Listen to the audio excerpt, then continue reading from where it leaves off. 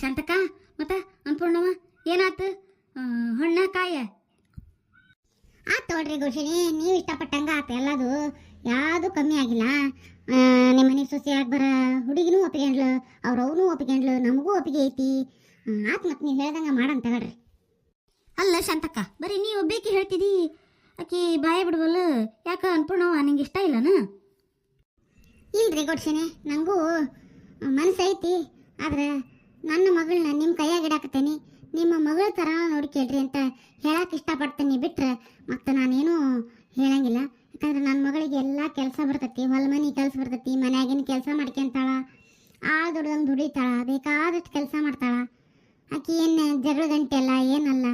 ನೀವು ಆಕಿನ ಒಂದು ಚಂದಾಗ ಒಂದು ನೋಡ್ಕೊಂಡು ಹೋದ್ರೆ ಸಾಕ್ರಿ ಅಷ್ಟೇ. ಮತ್ತು ನಮಗೆ ಇನ್ನೇನೂ ಆಸೆ ಇಲ್ಲ. ನಿನ್ನ ಮಗಳು ತಿಂತಿ ಬಿಡು. ಇನ್ನು ನನ್ನ ಮಗಳಕ್ಕಿ ಗೊತ್ತಾಗ್ತಾನವ. ಏನಾರ ಹಬ್ಬ ಹುಣ್ಣಿಮೆ ಬಂದ್ರೆ ಕರಿ ಬರ್ತಾಳ. ಏನು ಹಬ್ಬ ಮಾಡ್ಕೇಳ್ರಿ, ಉಣ್ರಿ, ನಮ್ಮ ಮನ್ಯಾಗ ಹಬ್ಬಿದ್ರೆ ನೀನು ಬಾ.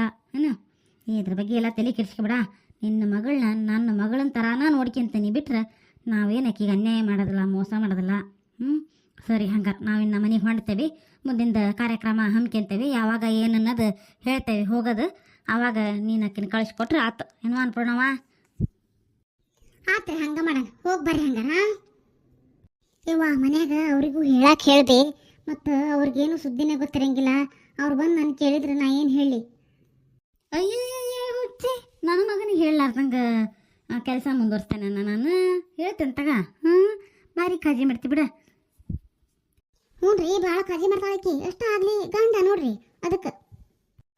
ಹೌದು ನೋಡ್ವಾ, ಒಳ್ಳೇದ ಹಿಂಗೆ ಇರ್ಬೇಕು ಪ್ರೀತಿ ಯಾವಾಗಲೂ. ನಮಗೂ ಇಂಥದ ಹುಡುಗಿ ಬೇಕಾಗಿತ್ತು. ನಾವು ಹುಡುಕಿದ್ರು ಇಷ್ಟು ಒಳ್ಳೆ ಸಂಬಂಧ ಸಿಗ್ತಿರ್ಲೇ ಇಲ್ಲ. ಭಾಳ ಒಳ್ಳೆ ಸಂಬಂಧ, ಭಾಳ ಒಳ್ಳೆ ಸಂಬಂಧ. ಭಾಳ ಕಾಳಜಿ ಮಾಡ್ತಿ. ನನ್ನ ಮಗನ ಭಾಳ ಚಂದ ನೋಡ್ಕೇತಿ. ಹಂಗ ನನ್ನ ಮಗಳನ್ನೂ ಚಂದಾಗಿ ನೋಡ್ಕೇಳವ ಅಷ್ಟ, ಮತ್ತೇನು ಅಲ್ಲ. ಆತಾತ, ಭಾಳ ತನಕ ಮಾತಾಡಿ ಭಾಳ ಹೊತ್ನಾಗ ಎದ್ದು ಬಂದು ನನಗೆ ಆಕತಿ.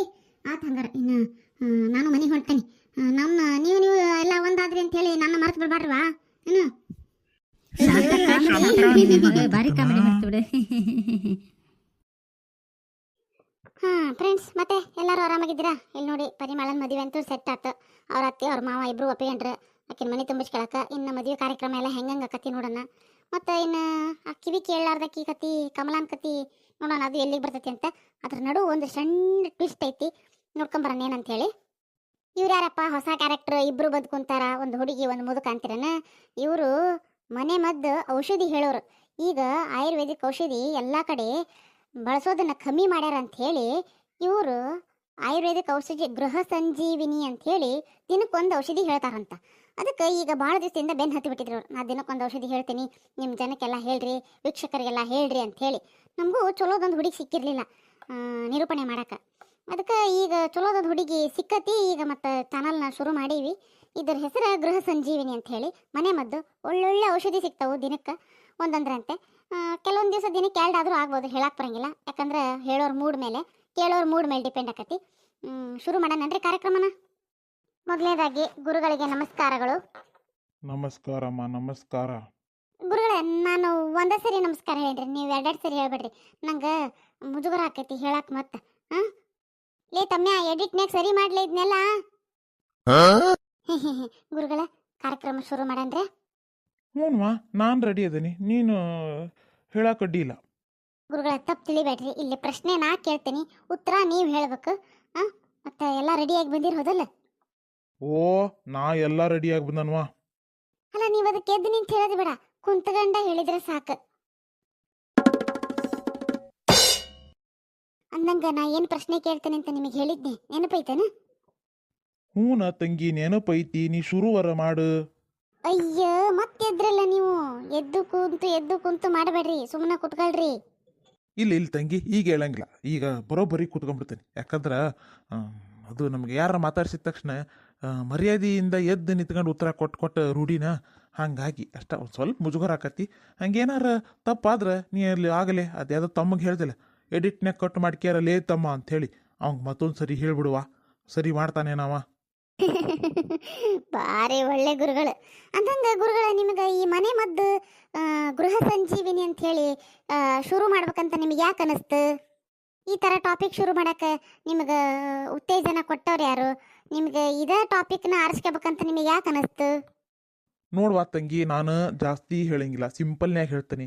ಯಾಕಂದ್ರೆ ಎಲ್ಲರಿಗೂ ಅವ್ರವ್ರಿಗೊಬ್ರಿಗೆ ಒಂದೊಂಥರ ಆಸೆ ಇರ್ತೈತಿ. ಎಲ್ಲರೂ ಅವ್ರವ್ರ ಮನೇಲಿ ಎಲ್ಲರೂ ಆರೋಗ್ಯವಾಗಿರ್ಬೇಕು, ಸುಖವಾಗಿರ್ಬೇಕು ಅಂತ ಅಪೇಕ್ಷೆ ಇಟ್ಕೊಂಡಾರೆ ಇರ್ತಾರೆ ಎಲ್ಲರೂ. ಆದ್ರೆ ಈಗಿನ ರೋಗಗಳು ರುಜಿನಗಳು ಬಂದು ಎಲ್ಲದು ಆಸ್ಪತ್ರೆ ಮೆಟ್ಲು ಹತ್ತಂಗೆ ಆಗೈತಿ. ಬಿಟ್ರೆ ಮನೆ ಔಷಧಿನ ಬಳಸೋರು ಭಾಳ ಕಡಿಮೆ. ನಾವು ಆರೋಗ್ಯ ಚೆನ್ನಾಗಿರ್ಬೇಕು ಅಂತ ಹೇಳಿ ಸೀದಾ ಆಸ್ಪತ್ರೆಗೆ ಹೋಗ್ತೀವಿ. ಬೇರೆ ನಮ್ಗೆ ಯಾವುದು ಆಲೋಚನೆ ಹೊಳೆಯಂಗೆ ಇಲ್ಲ. ಮನೆ ಮದ್ದು ಐತಿ, ನಾವು ಅದರಿಂದನೂ ಆರಾಮ ಆಗ್ಬೇಕು ಅಂಥೇಳಿ ಯಾರೂ ಅದನ್ನು ತಿಳ್ಕೊಳ್ಳೋಕ್ಕೂ ಇಷ್ಟಪಡಂಗಿಲ್ಲ. ಅಷ್ಟೇ ಯಾಕೆ, ಪ್ರಾಚೀನ ಕಾಲದಿಂದಲೂ ಪರಂಪರೆ ಅನುಗುಣವಾಗಿ ಎಲ್ಲರೂ ಮನೆಯಲ್ಲಿರುವಂತಹ ದ್ರವ್ಯಗಳನ್ನು ಮತ್ತು ಸಾಂಬಾರು ಬಟ್ಟಲ್ದಾಗಿರುವಂಥ ಅರ್ಶಿಣ ಪುಡಿ, ಬೆಲ್ಲ, ಜೇನುತುಪ್ಪ ಮತ್ತು ಹಿತ್ಲಾಗ ಬೆಳೆಯೋಂಥ ತುಳಸಿ, ಅಡುಗೆ ಸೊಪ್ಪು ಮತ್ತು ನಾರು, ಬೇರು ಇವನ್ನ ನೋಡಿ ತಗೊಂಡು ಬಳಸಿ ಜ್ವರ, ಕೆಮ್ಮು, ವಾಂತಿ, ಬೇದಿ, ಮೈ ನೋವು ಇಂಥವೇನು ಬಂದ್ರೂ ಇದ್ರಾಗ ವಾಸಿ ಮಾಡ್ಕೊಂತಿದ್ರು. ಬಿಟ್ಟರೆ ಅವ್ರೇನು ಅವಾಗ ಆಸ್ಪತ್ರೆಗೆ ಹೋಗ್ತಿರಲಿಲ್ಲ. ಇಲ್ಲ, ಈ ಜನ ಅವಾಗ ಏನಾಗಿದ್ರು ಗೃಹ ವೈದ್ಯ ಅಂಥೇಳಿ ಹೆಸರುವಾಸಿ ಆಗ್ಬಿಟ್ಟಿದ್ರು.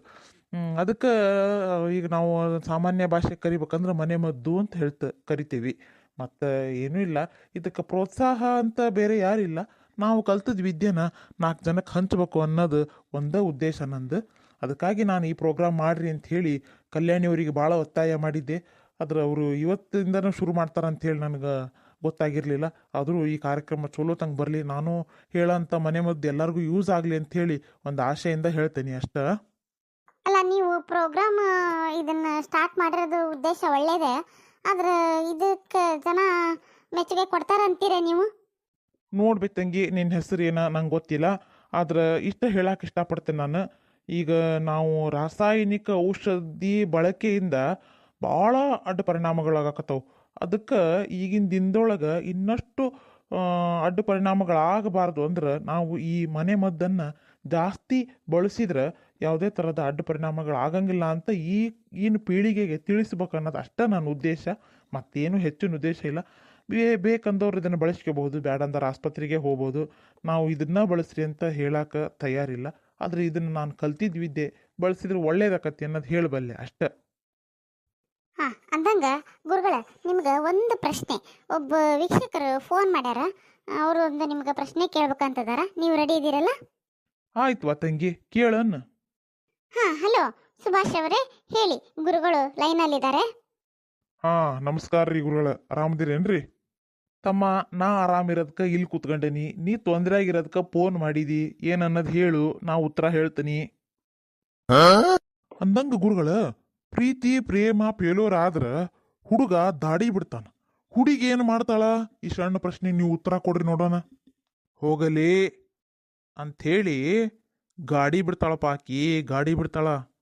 ಏ ಸರಿ ಉತ್ತರ ಕೊಟ್ರಿ ನೀವು. ಭಾಳ ಇಂಟೆಲಿಜೆಂಟ್ ಅದಿರಿ ಬಿಡ್ರಿ ಗುರುಗಳ. ಆಮೇಲೆ ಇನ್ನೊಂದು ಸಣ್ಣ ಪ್ರಶ್ನೆ ಐತ್ರಿ. ಅದಾದ್ಮೇಲೆ ನಾನು ಫೋನ್ ಇಟ್ಬಿಡ್ತೀನಿ. ಏನಂದ್ರೆ ವೈದ್ಯರನ್ನ ಪ್ರತ್ಯಕ್ಷ ದೇವರು ಅಂತ ಕರಿಬಹುದೇನ್ರಿ? ಅಯ್ಯೋ ಹುಚ್ಚಪ್ಪ, ಎಂಥ ಪ್ರಶ್ನೆ ಕೇಳ್ತೀಯ? ವೈದ್ಯರು ಪ್ರತ್ಯಕ್ಷ ದೇವ್ರ ಹೌದು, ಆದ್ರೆ ಪ್ರಾಣ ಉಳಿಸಿದಾಗ ಮಾತ್ರ. ಅದ ಪ್ರಾಣ ತೆಗೆದಾಗ ನೀ ಹಂಗೆ ಕರಿತೀಯನ ನೋಡೋಣ? ಯಮರಾಜನ ಸಹೋದರ ಅಂತಿದಿ ನೀನು. ಅಯ್ಯೋ ದೇವ್ರಿ, ಜನ ಭಾಳ ಚೇಂಜ್ ಅದಾರಪ್ಪ. ಆತ್ರಿ ಗುರುಗಳ, ಧನ್ಯವಾದಗಳು. ಏ ತಂಗಿ, ಏನು ಪ್ರಶ್ನೆ ಅಂತ ಕೇಳ್ತಾನ ಮಾವ?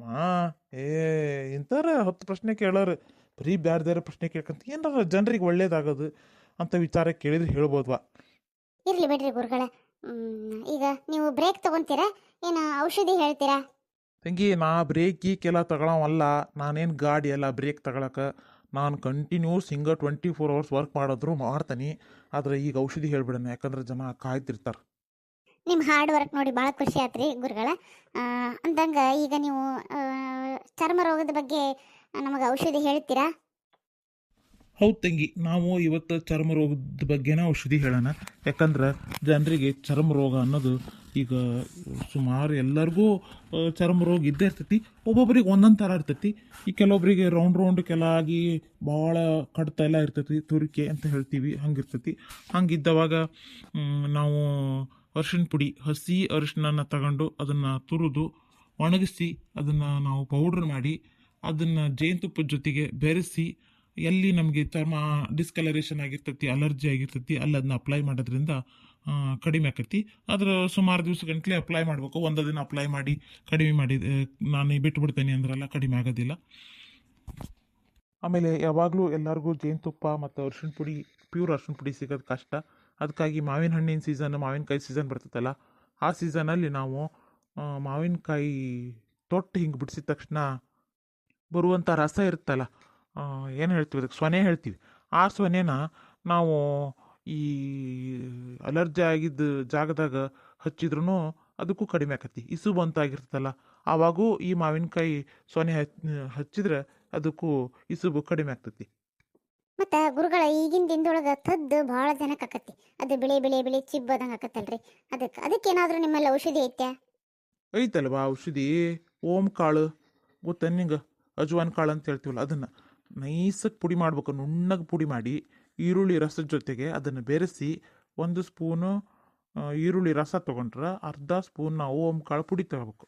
ಅದನ್ನು ಚೆನ್ನಾಗಿ ಮಿಕ್ಸ್ ಮಾಡಿ, ಅಂದರೆ ಹೀಗೆ ಕೈಯಿಂದ ಮಿಕ್ಸ್ ಮಾಡಿ ಗಂಧದ ಕಲ್ಲ ಮೇಲೆ ಅದನ್ನು ತದ್ದಾಗಿರೋ ಜಾಗಕ್ಕೆ ನಾವು ಹಚ್ಚಿದ್ರೆ ತದ್ದು ತನ್ನಷ್ಟಕ್ಕೆ ತಾನು ಕಡಿಮೆ ಆಕತಿ.